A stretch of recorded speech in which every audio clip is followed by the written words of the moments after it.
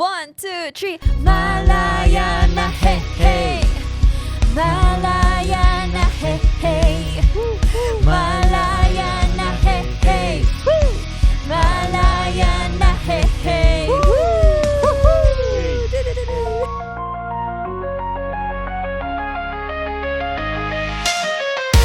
Let's go, guys! Yes, come on. Talagang ano tayo ngayon podcast season in a row. So, tug.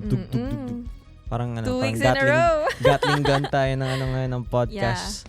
So ngayon naman si Kuya Rainer Abad. Yes. Welcome, Kuya. Pangalan. Thank you, Kuya, for Thank you rin, Kuya guys, Rainer, for accepting. Rainer. Wow. Thank you rin for accepting our invite. Yes, actually. Salamat be sa our pag-accept. Joke lang. Parang ano lang, friend request lang sa FB. So yun, Kuya. Yeah. Since you suggested this topic, faith and Yan. politics, spicy. Mag-ice cream tayo after. Ice cream to, madugo to. First question. How should a Christian's faith shape the way they think about political issues without letting politics become their primary identity? Thank you, sir. Ito kasi, number one, ito yung nagiging problema ng ibang Christian politicians. Mas nagiging identity nila yung political party, political flag nila instead of yung identity mo is yung si Jesus. So, the thing is, okay lang magpasok ka dyan sa politiko, pero at the end of the day, dapat yung identity mo is not the political ideology or not yung political party, but of Jesus. So, paano? Dito papasok yung magandang influence mo with your people, small group, ganto ganyan, sino bang nagdi-disciple sa inyo, sino nagdi-disciple sa iyo personally, or saan mo kinukuha yung anchor mo. Dapat palagi mo i-remind na si Jesus dapat yung identity mo. Actually, ito, ngayon ko lang naisip to. Di ba palaging sinasabi sa Bible, do good, ganto ganyan, fight injustice. Well, that is true. Pwede mo naman gawin yung mga bagay na yun without being a Christian. Pero what separates us kapag Christian ka kapag ginawa mo yun? Parang at the end of the day, mas importante na follow Jesus. Kasi yung doing good, fighting injustices is an overflow of how we love Him. So dito mag-reflect talaga yung kung gaano mo bang kamahal si Kristo. Diba? Kasi diba may mga may mga politikos tayo na they proclaim Jesus Christ, ganto ganyan, let's pray, ganto ganyan, pero asan yung fruits, di ba? Yeah. At the end of the day. So yun. Tsaka dapat kapag ganito, ang thinking mo palagi is kingdomhood. Not yung, oo, may mga kailangan tayong gawin dito sa mundo, magbayad ng tax, ganito ganyan, mga buwis, mga tax na yan, na napakaraming tax ni Pero yun. Yeah. Pero kailangan pa rin gawin yun, pero at the end of the day, kingdomhood dapat ang nasa isip natin. Yan ba, Kuya, yung tinatawag na kingdom mindset? Yeah, kingdom mindset. Mindset for eternity. Yeah, mindset for eternity. Yun. Ay. Wow, nice. Actually, may nabasa rin ako na article Sige, Kuya. Ilabas mo yung John article. Piper. Oh, John Piper. Yeah, Okay. Desiring God. Na dapat hindi mo nagiging identity yung political flag. Yeah. Nagiging bad siya kapag yun yung nagiging identity mo. May comments kayo or question. Ay, nag-host Wow, na nga nag-host? siya. I think yes, tama ka dun, Kuya Rainer, na when you're a Christian, you shouldn't have your own identity fixed na dun sa sa side na kung nasaan ka.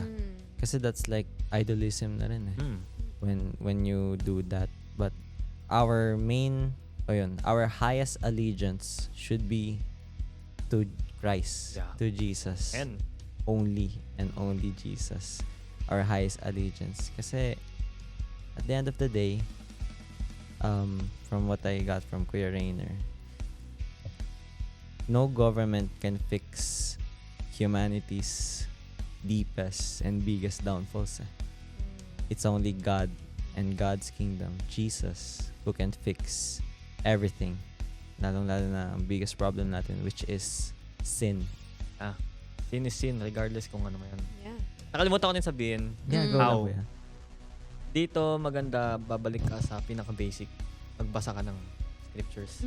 Di ba sabi sa 2 Timothy ba yun? Chapter 3, verse 16 to 17. Mhm. Na yung scripture is God-breathed. God breathed. Yeah, God-breathed. Wow. So, Yeah. talaga dapat mag-immerse ka, magbasa ka doon. Pero syempre, wag mong gagamitin yung scriptures just to support yung political ideology na gusto mong ipasok. But use it as a tool on how to expand yung kingdom. May big difference doon sa gagamitin mo siya for your own sake over kingdomhood. And naalala ko rin sa sinabi mo, Kuya Rainer, na may nakasulat din sa Bible. Hindi ko lang maalala ko ano yung book or yung particular chapter or verse. But it says there na, nabanggit ko na yata tayo sa ibang podcast episodes. But, how can a young man keep his way? And yung sagot doon sa Bible. Actually, yung how can a young man keep his way, it's also written in the Bible as a rhetorical question. And the Bible says, by guarding it according to your word. Yeah. And yun, Nice. sakto lang yung Mismo, bro. sakto lang yung sinabi ni Kuya Rainer. How about you? Nakatingin sis? na sila sa akin. Ayun. Parang ang quiet ng podcast natin yan. Para tayong nag-ASMR. Super chill, yes. Super chill lang ng boses Nung tayo natin. nila, joke. Ang gulo ba? Hindi, medyo. Medyo malakas. Puro tawanan yun Oo. eh. Na parang puro tawanan na lang narinig. Serious raw kasi to, serious. Pero ang ganda. Yeah. Ayun, Ngayon. na I'd like to put it in my own words na yung Christianity, it's not a branding, but it's a lifestyle. Yeah. So yun, yun yung nakuha ko mostly from sa answer ni Kuya Rainer. Na tama nga, yung pagsiserve mo sa taong bayan should be an overflow. I think for us to have great leaders in the nation, we should train the next generation. Yes, Right? let's go! This Yes. generation will be the next leaders of this country. So, mahalaga talaga na i-reach out yung mga campuses Mismo. para, ayun, maging transparent yung mga transactions in the government. Good governance. Yeah. Good Good governance. And, ayun, you shouldn't, as a leader itself, you shouldn't serve yourself lang. Yeah. You should serve others. Kasi, you serve your purpose by serving other people, not just yourself. Pasok yung deny yourself. Wow. Yeah, tama. Tapos yung the first will be last and the last will be first. Amen to that, True. Kuya Rainer. Wow. Mm-mm. Ganda ng mga natin, Bible references. Bible Yeah. principles. So yan. Kahit Dahil dyan, connected to our Segue, second segue, question. Speaking of principles, what biblical principles should guide Christians when choosing leaders or participating in civic responsibilities such as voting? Ayan, interesting. Interesting. Actually, ito sensitive topic Yeah. yun. Kasi yung iba gusto nila, ay, Christian, wow, sige, boto natin yan. Proclaim na si Jesus is Lord, ganito ganyan. Kahit na, May gigil kahit na, Pero, para sa akin, di ko malala kung meron siyang table, makikita mo kung nagmamanifest ba talaga na Christian siya, kung ano yung nagmamanifest na, kung marked by a spirit ba siya, ganito ganyan. So, tingin ko applicable yon dito when choosing leaders when choosing leaders. Kasi, as Christians, dapat makikita mo na lumalabas yung fruits, di ba? Lumilitaw yung fruits. Pero dito din papasok, paano pag walang Christians sa kanila, di ba? Sino pipiliin namin dito, ganito, ganyan? Di ba? Yeah. Mapapaisip ka rin. Ako personally, ito yung tingin ko dyan. Kapag pipili ka ng leaders, tapos walang Christian sa kanila, di mo na ba pipiliin sila sa ganito, ganyan? Pero sa akin, no. pipiliin mo pa rin, mamimili ka pa rin, pero choose who is lesser evil. Kasi aminin natin lahat man tayo evil. Yeah. Di ba? Wala namang hindi evil sa atin, di ba? Parang, wow, lupit mo naman pag di ka evil, di ba? Idol lang ito. Lahat tayo nagkasala. Oo. Kaya ang idol natin si Jesus. Di ba? Yeah. Mismo. Yes. So, ayun. Para sa akin kung ganon, choose yung lesser evil na lang. Kasi, I mean, pwede naman magbago yun, pero we're talking about leaders here, di ba? Tapos, dito mo rin apply, para sa akin applicable pa rin yung kung titignan mo kung may fruits ba siya. Kasi, may kita mo pa rin kung lumilitaw yung fruits sa kanyang, itong leader na to. Tsaka, minsan kasi mahirap kasi yung sitwasyon din ng ibang tao kung bakit nila binoboto yung ganito. Kasi, aminin man natin, meron talagang nangyayari na vote buying. Yeah, that's sad. Reality yon. Ako, nakakita na ako ng ganun personally. Wow. Nakita ko kung paano yung proseso nila ng naka-mask as parang siya, funeral help. Wow. Oh, ganun ginawa yung vote buying dun sa certain area na to, nakita ko. Pero yon, minsan kasi ang hirap din kasi ng sitwasyon nila dahil kapit sila sa patalim Yeah. So, kailangan nila yung ganito. Hindi nila may isip yung consequence Yeah. kung pinili nila itong leader na ito. Kasi kapit talaga sila sa patalim. Hindi mo rin masisisi. Pero, dyan papasok yung pagiging isang Christian mo. How can you be a salt and light? Despite sa ganong sitwasyon, paano mo maipapakita na may mas better way? Yeah. May mga certain Christian groups kasi na pumupunta sa mga ganyan, nag-outreach, ganyan, natulungan. Maganda naman yun para sa akin. Pero kasi minsan, tinutulungan nila, oo, nagbibigay sila ng ganitong mga bagay, namimigay ng bigas, ng pagkain, ng damit, ganyan. Pero kasi ang problema sa ganyan, para ka ring gobyerno na bigay-bigay ng ayuda. Ayuda ng ayuda. So, nangyayari, yung mga nasa community na ito, nagiging reliant sila sa ganun. Yeah. Para sa akin, may na-encounter ako before, pre-pandemic yata to, na founder siya ng isang organization. Ang ganda ng program niya. Tinuturuan niya yung mga bata, yung mga young teens, paano maging businessman, entrepreneur.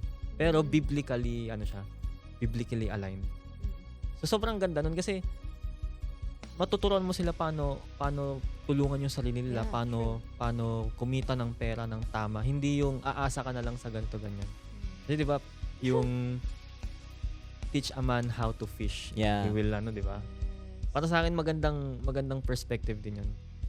Instead yung bigay ng para ka ring gobyerno na bigay ng ayuda. Mauubos din yun. Mauubos din 'yun Tapos pag nawalang ayuda Wala na. Tunga nga sila, wala.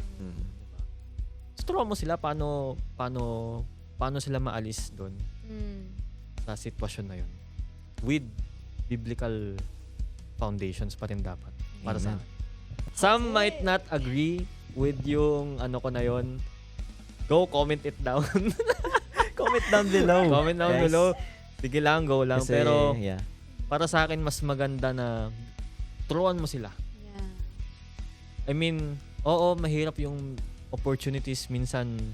May ibang tao wala talagang opportunities, pero para sa akin kapag naturuan mo sila, mas malayo yung mararating nila kaysa yung bibigyan mo lang sila ng ayuda. I mean, not to be against the government or what. Di tayo ganon. Full disclosure lang. Disclosure lang. But just to really drive the point home na it's better to help other people sustain themselves than just sustain them yourself. Yeah, Diba? mismo. Thank you, Kuya Rainer, Grabe. for what you said. Ako naman, in addition to what Kuya Rainer said about the fruits, for me, I think bago tayo mag-vote, like at least siguro 1 year before yung voting day, voting period, Search. mag-research. Pero maganda yun. Maganda yung point mo na mag-research. I mean, what I mean is, hindi 1 year history lang ng politician. But yeah. what I mean is, kahit paano, at least 1 year before the Before- voting day, Before the elections. prepare ka na, like, do a full background check ng mga politicians. Yeah. And then, hindi lang parang kung ano lang yung makita mo kagad na mag-pop up sa internet, but really do a deep dive into their, para makita mo kung may fruits ba talaga, like what Kuya Rainer said. Agree with that. Let's go! Ayun, kasi pagka boboto lang tayo na parang yun yung mahirap na na trend na nakikita ko kasi ang mga Filipino usually, and di rin naman natin masisisi like what Kuya Rainer said, ayun, yung mga hindi na pagpalang makapag-aral is nababase na lang sa popularity. Yung nakikita, yung Mismo. mga tarpaulin. Oo. Yeah. Kung sino nila yung yung kilala nila, yun yung iboboto nila, not knowing what are the histories of that particular aspiring leader, aspiring politician. And biblical principles. Number 1, ipag-pray mo. Pag-pray mo kay Lord. Pag-pray mo. Yeah, nice. It's about when you Mm-mm. pray kasi you're just letting God be sovereign over your life, over your decisions. Siya naman ang Lord natin. Siya Mismo. dapat yung maging master of all the decisions that we make. Everything starts with a prayer. Yeah. And then read the Bible. Kaya mong kasi may mga times, 'di ba, kuya, na after mo mag-pray, buklat ka Bible. Hindi mo alam kung saan ka bubuklat. Tapos bilang pagkabuklat mo, saktong-sakto yung si Lord yung nagsasalita talaga sa iyo, 'di ba? Kaya minsan, pray mo lang kahit ano.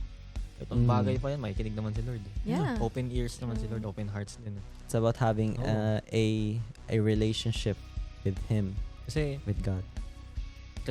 prayer, para sa akin yung prayer shows humility.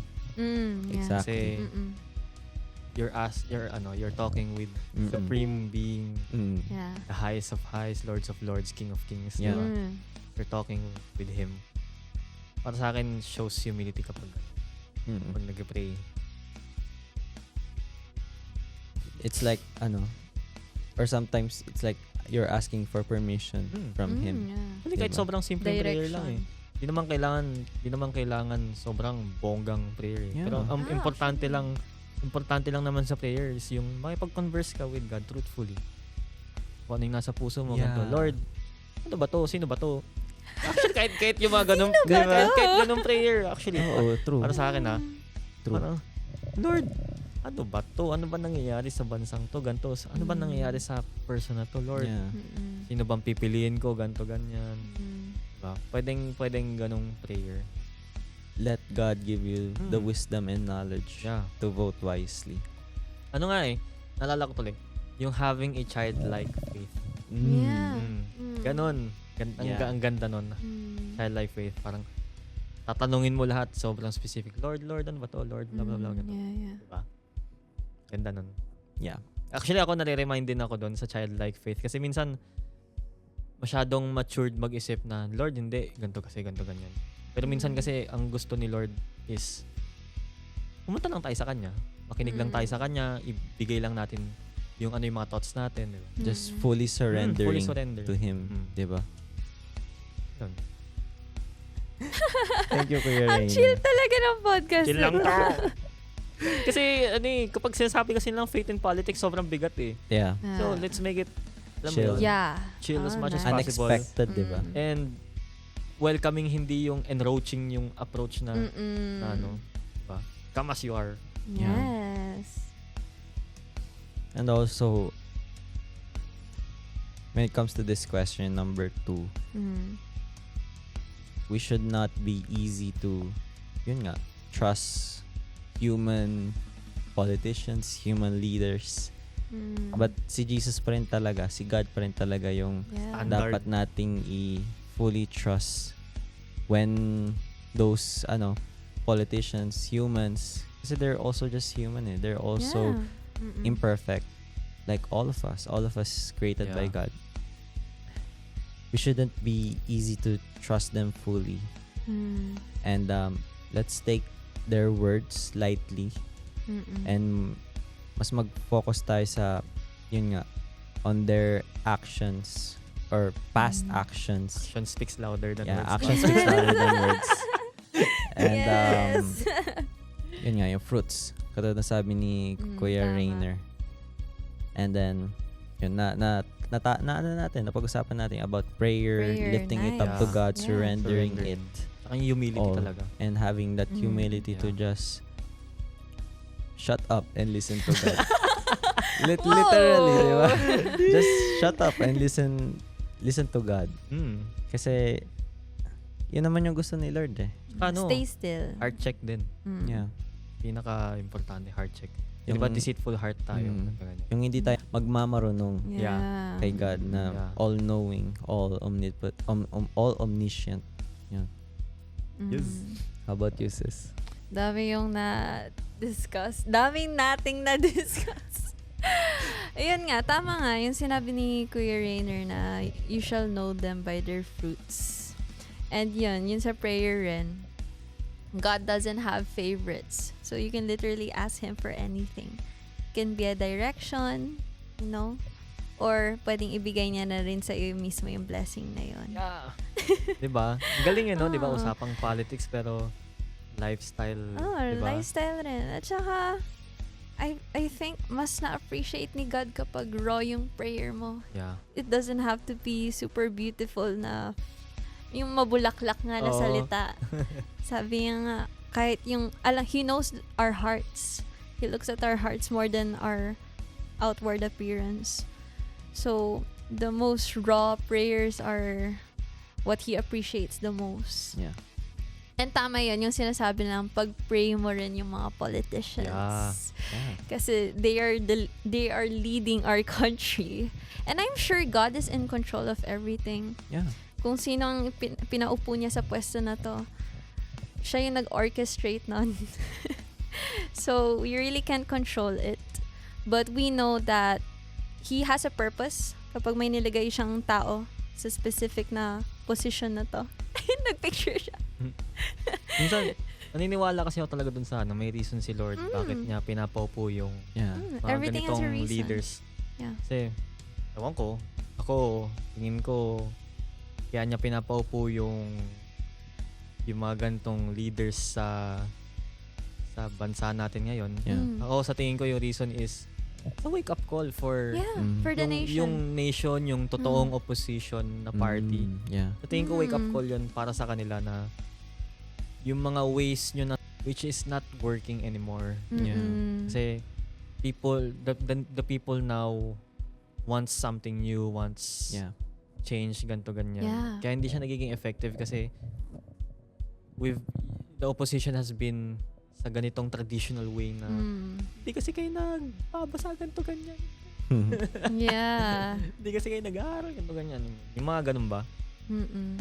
Wake up call siya for para sa akin wake up call din siya for Christians din on how to be a salt and light Mhm. sa Yeah. community, 'di ba? Kung paano ka makakatulong sa nation on how to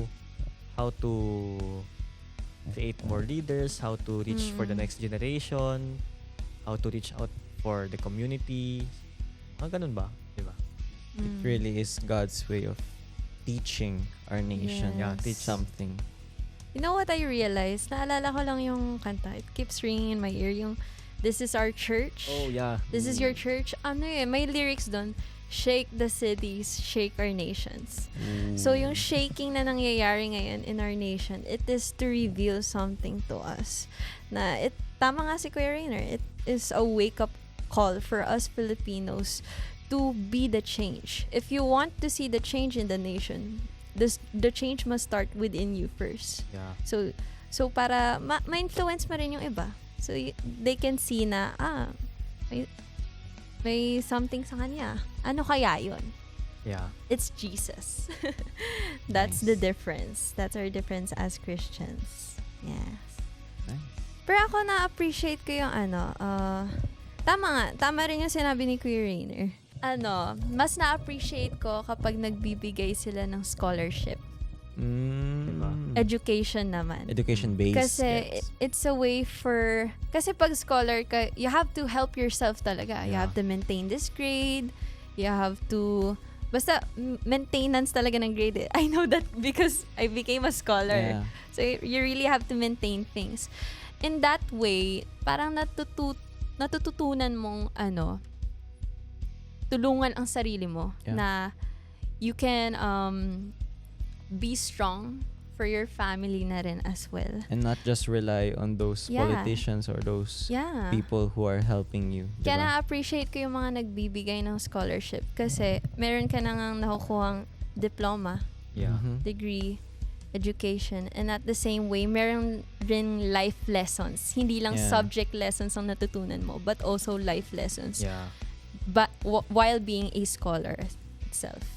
So, yun. Yun, naalala ko na Yun, sasabihin. Yun. sakto. Kasi di ba sinabi ni Ian kanina is yung Shake the Nations, ganyan sa lyrics ng This Is Your Church. Alam mo yun, oo, Shake the Nations, ganito, ganyan. Nakakalungkot na may mga naapektuhan na community na tao dahil sa Yes. mga kagagawan ng ganito. I mean, para sa akin, dapat yung mga naapektuhan na tao, na community, dapat yun yung may isip din natin na hala, kawawa sila, ganito, ganyan. So, dapat we should be a salt and light. Diba? Parang mas, hindi ko siya tatawaging inspiration. It's more of parang sinong maalala mo, di ba? Yeah. Para mas magpursige ka pa na gawin ito na i-proclaim mo pa si Lord, Yeah. di ba? Na bigyan mo sila ng hope, di ba? Na hindi ito yung end. Yeah. There's way more. There's eternal, di ba? Ayun. Thank you, Kuya Rainer. Thank you, Kuya Rainer. For our last question, Oh, last! how can Christians engage in political discussions grabe to. with both conviction and Christ-like love, especially when opinions differ? Grabe to guys, mahirap tong Malalim topic yan. na to. Malalim to. Kasi ako personally, kapag may hindi same thinking na political discussion, minsan nakakainis eh. Aminin man natin hindi, di ba? Parang Nakakapikon. Nati-trigger. nakakairita. Okay. Parang mapapaisip ka, sorry kung tunog judgmental, pero talaga judgmental. Akin lang to. Parang inisip ko, bakit ka ganyan? Parang question mo na yung pagkatao ng isang tao eh, no? Oo. Minsan, di natin maiwasan na yung kung ano yung Judgmental talaga tayo. kung ano yung political perspective nila, minsan di natin maiwasan na iyon yung identity nila eh. Pero, syempre, bilang isang Kristiyano, whoops, preno ka muna, heart check, ganito ganyan. Kasi, para sa akin, hindi mo talaga maiwasan na magkakaroon ng iba't ibang political view, perspective. Kasi, tao tayo, magkakaiba tayo ng utak. Magkakaiba tayo ng perspective, magkakaiba tayo ng upbringing. Diba nga sabi sa Bible, you are wonderfully, fearfully made, diba? You're unique, diba? Kahit na nasa womb ka palang, alam na ni Lord, Before unique you. ka. Yeah, unique ka. So, syempre, bilang isang Kristiyano, sa akin, nalala ko to sa small group namin eh. Itong Sunday lang. Ang ganda kasi sobrang timely din na yun yung topic na kahit na magkaiba sila ng political view, political perspective, always see good in them. Yes. Never mong ina-down. Kasi nga 'di ba nung kine-create, 'di ba sabi sa Bible nung kine-create yung mundo, yung universe, it is good, 'di ba? Palaging it is good. So, meaning there's something good in that person, this person kahit na grabe yung naggagawa niya. Para sa akin, tratuhin mo sila as human as possible and with love. Wag mo silang mamaliitin kahit na ganun yung pag-iisip nila. Pero minsan kasi hindi mo talaga maiwasan eh. Nakakainis kasi talaga. Ako, guilty ako ah. Aminin ko. Confession. Oh, confession. Magiging honest ako. Minsan hindi mo maiwasan yung ganun kasi nakakairita talaga. Pero kapag tinapatan mo naman kasi ng ganun, mas lalo silang mata-turn off. Paano Totoo. nila maririnig yung good news, di ba? So dapat treat them as With love. human, as human as possible, with love. Mm-mm. kingdomhood pa rin, kingdom thinking pa rin dapat. 'Di ba? Ako, ito. Kaya ako nasabing nahirapan ako dyan kasi syempre ako na-affiliate ako with another church din. So syempre yung community na yon, grabe yun. Diyos ko, leftist, centralist. Tratuhin mo pa rin silang tao kasi 'di ba? Yung mga si Jesus, 'di ba? Yeah. Nung tinawag niya yung mga 12 disciples, 'di ba? Come, sumunod ka lang. Wala siyang paki kung sino ka, kung tax collector ka man, fisherman ka lang. Tapos isipin mo, tax collector tinawag sa panahon na yun, kung i-convert mo yun into contemporary modern times, sila yung taga BIR. Yeah. 'Di ba? Isipin mo yung USEC ng BIR or ano bang tawag sa commissioner ba? Hindi ko alam eh. Basta yun, kung sino yung head ng BIR, tatawagin mo, magdi-dinner ka or sa kahit sa Bureau of Customs na sobrang daming corruption din doon, 'di ba? Isipin mo yung USEC, ASEC doon, tatawagin mo mag-dinner with you, 'di ba? Kaya para sa akin yung The Last Supper na image ni Jesus. Ang ganda niya sa totoo lang. Kasi it shows yung kung paano tinatrato ni Jesus yung mga tao na wala siyang tinitingnan na mababa, wala na siyang tinitingnan na mataas. Yeah. Pamasyar lang talaga. Talagang tatratuhin niya lang. I see good in you. So, dapat tayo rin bilang isang Kristiyano, kahit na nakakairita. Sorry. Nakakairita kasi talaga Pero, dapat you shall still see good in them. And syempre, wag mong kakalimutan na ipag-pray din sila. Actually, magugulat ka kapag kunwari hindi kayo magkasundo, ganto ganyan, nagkaroon kayo ng conflict. Pero kapag sinabi mo can I pray for you? Ay, grabe, iba yung effect din nun. Iba rin. Iba, Yeah. iba yun. So, ganun dapat as bilang Christians. Pinaka naalala ko yung agape. Christ Diba? God's love. Ganun dapat standard. Agape. Sheesh! Good. Kasi grabe talaga, guys. Thank you, Kuya Ray. Kung kilala nyo ako, for sure may manonood neto yung mga kakilala ko doon sa kabilang Yeah. church. I-share to ni Kuya Ray. Alam ni, nahiya nga ako i-share. Kasi alam ko, oh shucks. Pero alam nila yon yung guys, shout out ko. Kilala nyo kung sino kayo, alam mo yan. Yung iba kasi, Christian sila. They claim na Christian sila. Sige, no problem. Di naman tayo magja-judge. I don't question kung totoong Christian ka ba. Pero kasi minsan ginagamit nila yung scriptures just to support a political ideology. Yeah. Wait lang, pause tayo ng saglit dyan. Kasi you cannot contain Jesus with a political ideology. Yeah. Kasi kung King of Kings siya, Lord of Lords, above siya dun. Yeah. Yeah. Diba? You cannot contain Him with that simple... Yeah. Actually, hindi nga siya simple for us humans, pero kay Lord, simple lang yan. Mm-mm. Kasi isipin mo nga yung mga scientists before, kiniklaim nila na totoo si Lord. So what more na, di ba? I mean, hindi naman sa minamaliit ko tayo or what, pero isipin mo, scientist na yun. Experts na yun. Baliw na baliw sa Nerd. sa math, science, nerd, lahat na, Yeah. pag sama-samain mo na, kiniklaim nila na ganun. Parang, what more, di Yeah. ba? Isipin mo ganun. I remember this verse yung sinasabing, for His ways are higher than our ways and Yeah. His thoughts are higher than our Mismo, thoughts. bro. Yun yung Yan yung sinasabi ni scripture Kuya niya. Ray. Nagpalagay pa ng Oh. effects. Pero yun, pero sa tingin ko siya minsan issue of lordship siya. Kasi you try to contain something pero you do not accept na He is Lord of King of Kings. Isipin mo, King of Kings. King siya ng mga kings, di ba? Isipin mo, sobrang wow, Lord. Ano yun yung si Lord, sobrang unfathomable yung kwan niya. Paano siya mag-isip. Isipin mo, sobrang in order lahat from the molecules, di ba? Kahit sa katiting na bagay, kahit sa malalaking bagay. Isipin mo, yung universe, di ba? So, wow. Yeah. So, yun. Kaya hindi talaga natin makakontain si Lord sa just a human ideology. Kasi gawa nga lang tayo ni God eh. Paano pa kaya yung gawa nating ideology? Diba? Isipin mo, sabi nila si Yeso Cristo daw ay komunista, socialist, or capitalist. Hindi. Isipin mo may verse doon sa Bible na binigyan siya ng expensive na fragrance. Sinabi niya kay Jesus, Lord, bakit di natin to ibenta para matulungan natin may hirap? Sabi ni Lord, hindi. Huwag mo ibenta kasi kahit naman ibenta natin yan, may hirap, nandyan pa rin. Ibig sabihin, hindi yun yung sagot. Ibig sabihin, para bago mo talaga yung kahirapan tsaka yung corruption, change of heart talaga. I-target the hearts, di ba?